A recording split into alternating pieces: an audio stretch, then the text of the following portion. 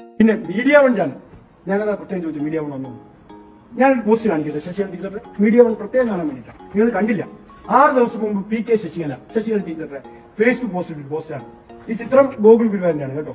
ഗോകുൽ ഗുരുവായൂർ MSFനെ പറ്റി പറഞ്ഞത് വളരെ കേമമായി. മിടുക്കനാണ് ഗോകുൽ ഗുരുവായൂർ. നിങ്ങൾ സൂം ചെയ്യണം കേട്ടോ, ഇത് വേറെ ഒന്നും എടുത്തില്ലെങ്കിൽ. മിടുക്കനാണ്, ഞാൻ അണ്ടർലൈൻ ചെയ്തിട്ടുണ്ട്.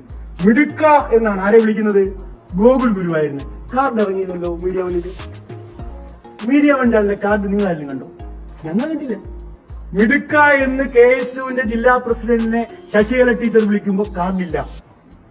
PK നവാസിനെതിരെ രാഷ്ട്രീയ വിമർശനം SF ഉന്നയിച്ച് നിമിഷങ്ങൾക്കകം ശശികല ടീച്ചറിന്റെ കാർഡ് വരിക.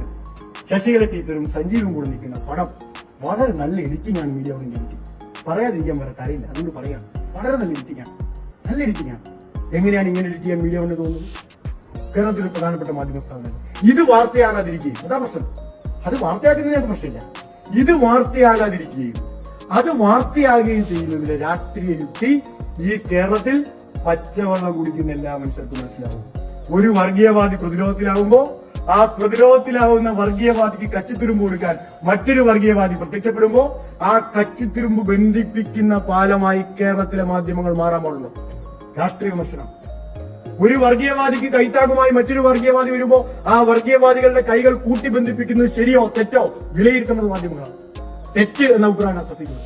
അപ്പൊ അതുകൊണ്ട് ശശികല ടീച്ചറുടെ പോസ്റ്റ് അങ്ങ് വൈറലാക്കുമ്പോൾ ഇങ്ങനെ ചില പോസ്റ്റുകളും ഈ പറയുന്ന വർഗീയവാദിയായ സ്ത്രീ ഇട്ടിരുന്നു എന്ന ബോധ്യം കേരളത്തിനകത്ത് ഉണ്ടാവണം. ചാപ്പ കുത്തുമ്പോ ആദ്യം ഇങ്ങോട്ട് കുത്തുന്നതിന് മുമ്പ് ഇത് ചാപ്പ ഏറ്റുവാങ്ങാൻ യോഗ്യരായ കുറേയേറെ ആളുകൾ കൂടെ തന്നെ ഉണ്ട് എന്ന ബോധ്യം എല്ലാവർക്കും ഉള്ളത് നല്ല